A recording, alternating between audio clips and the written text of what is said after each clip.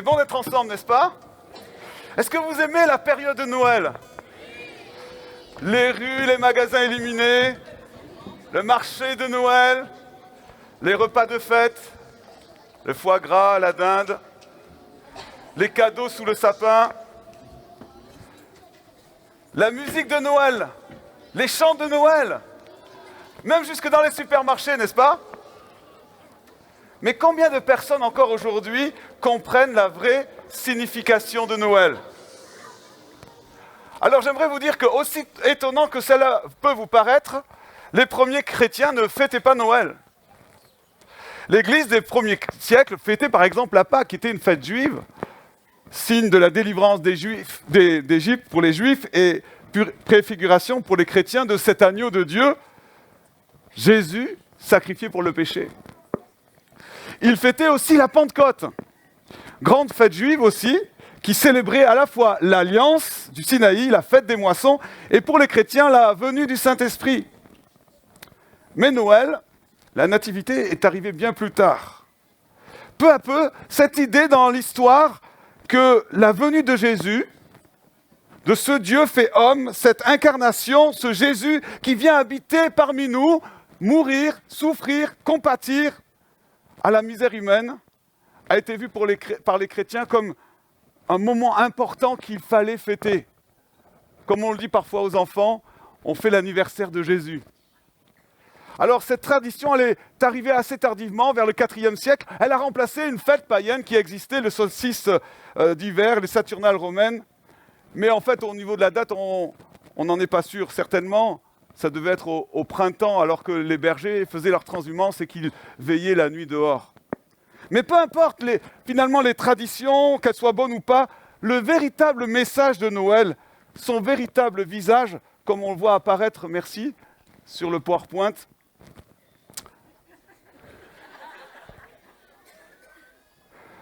Eh bien, vous l'avez entendu, au travers des chants, au travers de ce petit sketch, au travers de la lecture, particulièrement de ce chapitre 2 de Luc. Et à partir de cela, j'aimerais vous donner 3 facettes de ce message. Le premier, c'est la paix. La première facette de ce message est chantée par le chœur des anges. Paix sur la terre aux hommes qui l'agréent. Paix sur la terre aux hommes de bonne volonté. La paix. Aujourd'hui, combien de conflits intérieurs? Combien de conflits familiaux, professionnels, sociaux? Parfois, c'est la guerre même dans nos rues. Sans parler des conflits internationaux. Et même certains sont en guerre avec Dieu. Ils le rendent responsable de tout leur malheur. Je crois que nous avons terriblement besoin de réconciliation. Et Noël, c'est un signe de réconciliation. Avec soi-même, avec les autres et avec Dieu. La paix avec soi-même d'abord. Paul disait, « Je fais le mal que je ne veux pas faire et je ne fais pas le bien que je veux faire. » Nous sommes souvent tiraillés, partagés par une multitude de désirs. Désirs de modifier certains comportements, de remettre en question certains choix, de changer peut-être un trait de caractère qui nous nuit. À cause de ce que la Bible appelle le péché, à cause de mauvais choix, de certaines attitudes, notre conscience nous accuse. Et Paul dira dans son épître aux Romains, « Honneur et gloire à celui qui pratique le bien, angoisse et tribulation à qui pratique le mal. » Jésus, c'est cette bonne nouvelle, est venu pour nous donner la paix qui surpasse toute intelligence face au poids qui pèse sur nos consciences. C'est un message de paix aussi pour tous les hommes, entre les hommes. Le message de Noël, c'est un message de réconciliation. Dieu nous appelle à pardonner. Et de tout temps, de toute culture, cet appel retentit. On parle de faire la trêve.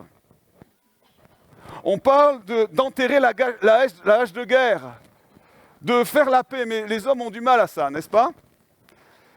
Mais Dieu nous a montré le premier exemple. En faisant le premier pas, il a envoyé ce qu'il avait de plus cher, son Fils Jésus, comme signe de paix. Vous avez remarqué combien de tensions dans les couples? Souvent, on se dit qui aura le dernier mot, qui aura raison, on n'en finit pas, on se fait du mal, on se déchire. Et que dire des bagarres intestines au sein des entreprises, par exemple. Des luttes de pouvoir. Les gens sont révoltés, on est en colère, on se jalouse, on se méprise. Vous n'avez qu'à allumer la télé et puis vous regardez ce qui se passe dans notre pays et dans le monde. Alors je ne sais pas si vous avez entendu parler de cette anecdote de la trêve de Noël. C'était durant la guerre 14-18, au milieu de cette horreur et de cette barbarie, à l'approche de Noël 1914, des soldats allemands et français se font face. Ils sont dans les tranchées. Le froid, la boue, le feu de l'ennemi font de ces lieux un enfer. Et pourtant, le jour de Noël, il va se passer quelque chose. Des deux côtés, les Allemands et les Français vont entonner chacun des chants de Noël. Et alors, ces chants vont humaniser l'autre. L'autre n'est plus un ennemi. L'autre est comme un frère qu'on l'on fait face. Et les soldats vont quitter leurs tranchées pour fraterniser avec l'ennemi. Noël, c'est le moment de pardonner à ceux qui nous ont offensés, chers amis. Noël, c'est un message universel, une bonne nouvelle pour tous les peuples, quelle que soit notre nationalité, notre race, notre condition sociale. Noël, eh bien, c'est pour chacun d'entre nous, sans discrimination. Personne n'est exclu, personne n'est rejeté, parce que c'est un message qui nous réconcilie avec Dieu. Amen.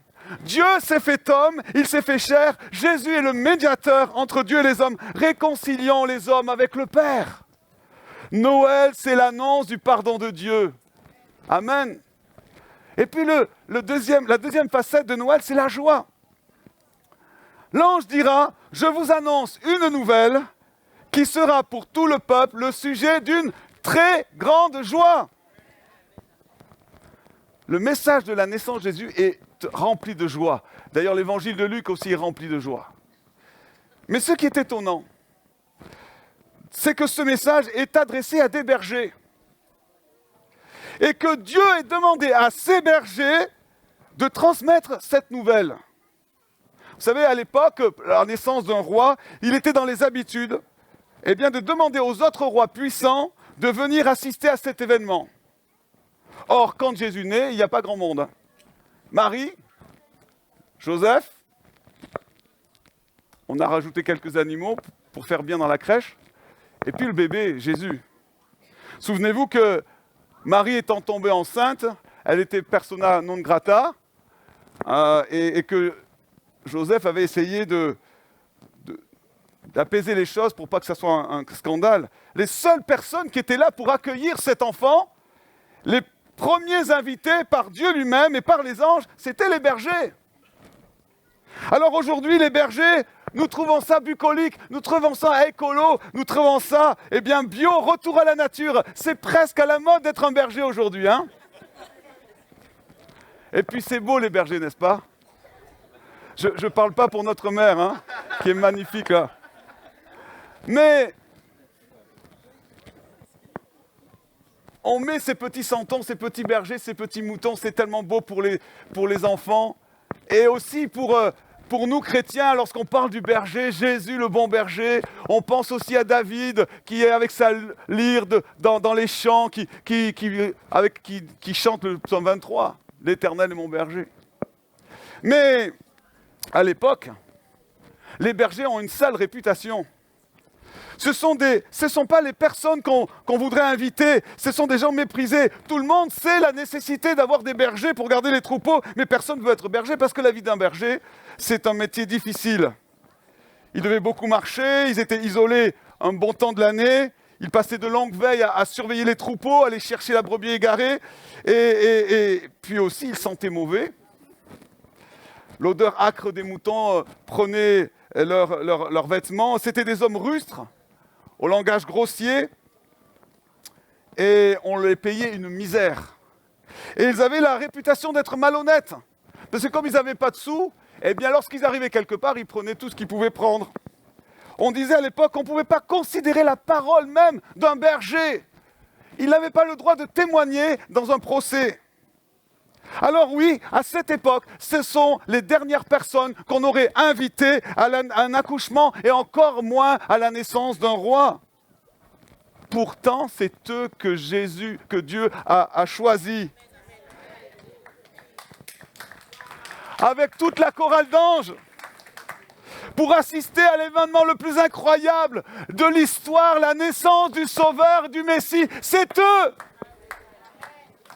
Alors on comprend pourquoi Jésus déjà avait cette tendance très disposée à aller vers les pécheurs, les publicains, les rejetés, les petites gens. Parce que cet épisode des bergers, c'est comme la préfiguration que le Sauveur irait vers les pauvres, vers les petits, vers les malades, vers les opprimés. Pour ces gens, c'était une bonne nouvelle. Pour ces gens, c'était une joie réelle qui nous fait tant défaut aujourd'hui.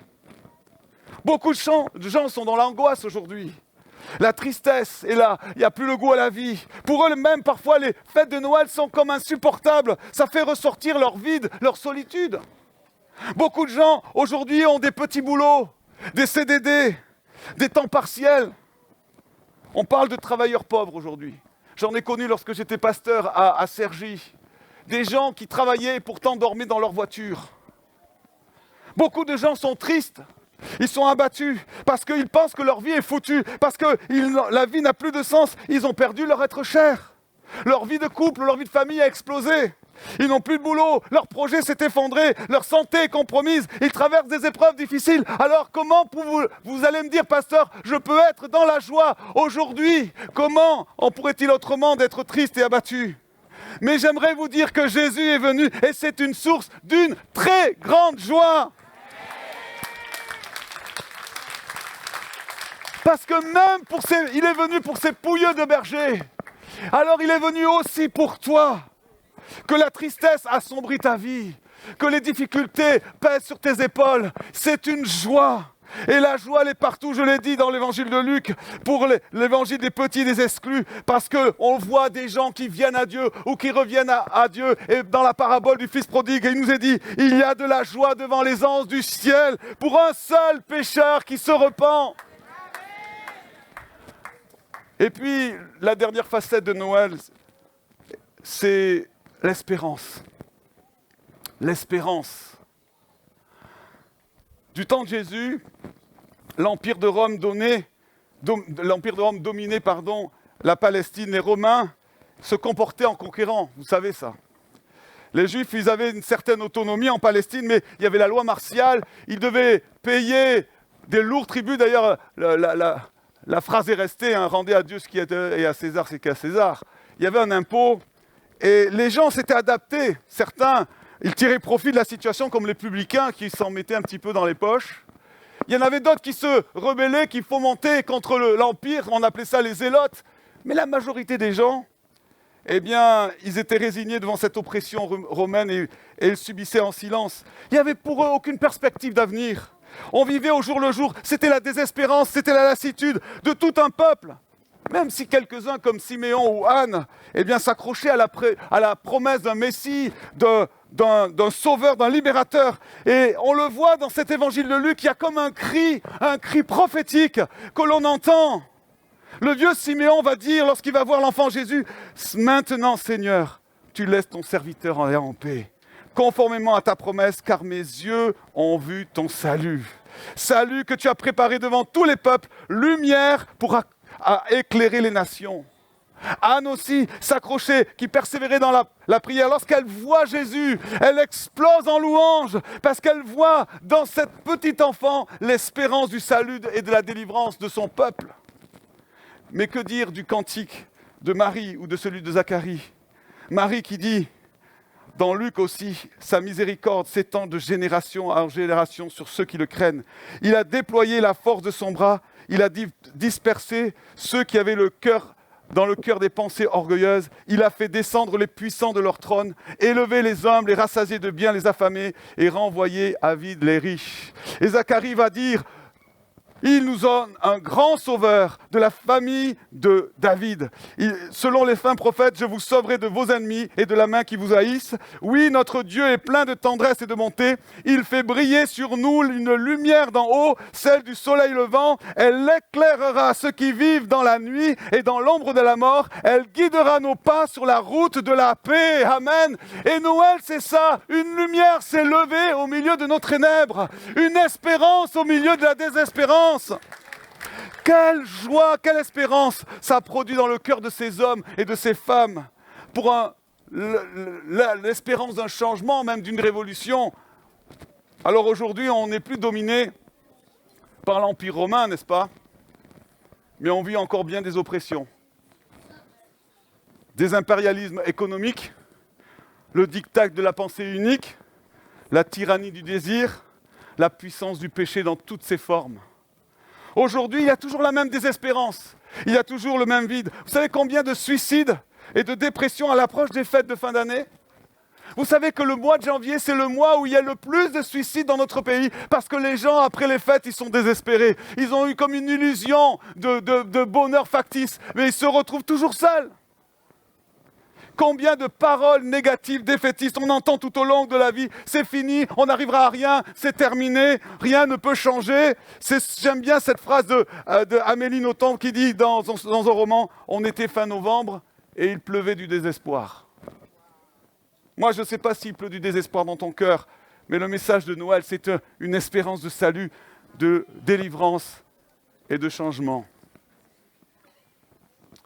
Il y a 37 ans de ça, mon père est décédé d'un cancer foudroyant.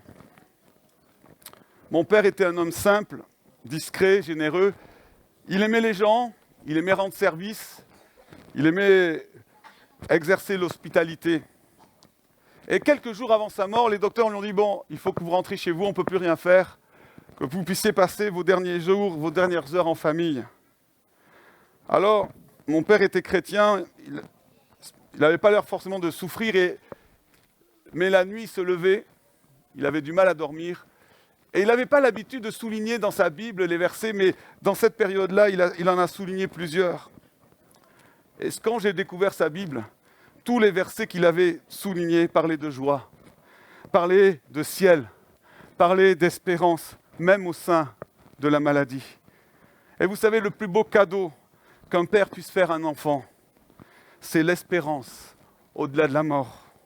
Parce que Noël, c'est l'espérance du ciel et du salut.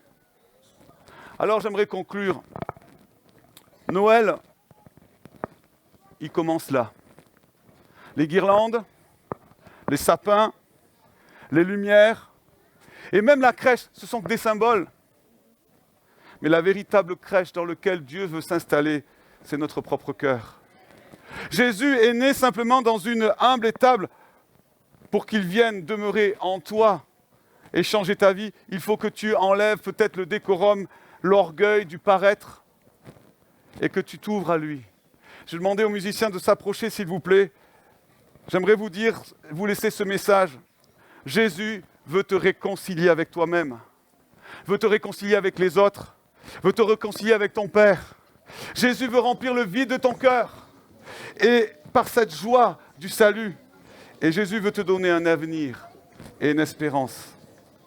Jésus est venu pour toi, pour mourir sur la croix, pour porter tes péchés, pour te donner une vie nouvelle, une nouvelle chance et un nouvel espoir. La question que j'aimerais vous poser ce matin, est-ce que tu veux ouvrir ta porte ou ta porte va-t-elle rester fermée? Nous allons nous lever pendant que les musiciens et les choristes rapidement viennent. Et nous allons soit écouter, soit chanter ce magnifique chant Minuit chrétien. Alors ce n'est pas minuit, mais ça peut être minuit dans ton cœur. Et il peut se passer quelque chose. Qu'on puisse le chanter non seulement comme un chant que l'on connaît, mais comme une prière. Pour que le miracle de Noël se produise au-delà du désespoir et de la mort. Que la